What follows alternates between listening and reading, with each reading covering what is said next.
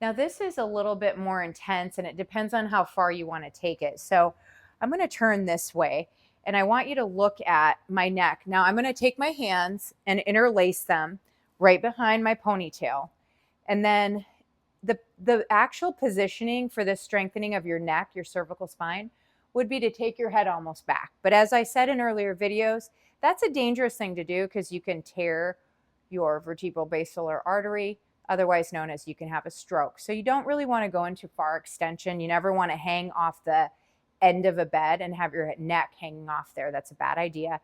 And even in the shower, when you're scrubbing your hair or even maybe like rubbing your shower gel on your neck and stuff, you do not want to go into extension in the heat. There can be real danger signs with that, and you can actually create a stroke situation. So don't do that. So with this one, we're going to have our hands up and we are going to cradle the skull and we're going to push into it, but our hands are going to isometrically stop us. Holding for 5 seconds, holding, and release. Again, pushing into the hands, holding. Don't forget to breathe. 5 seconds and release. That's a very powerful strengthening that you can do, and you can even do it on the couch, and it will stop some of that tension headache that you can have from chronic neck pain.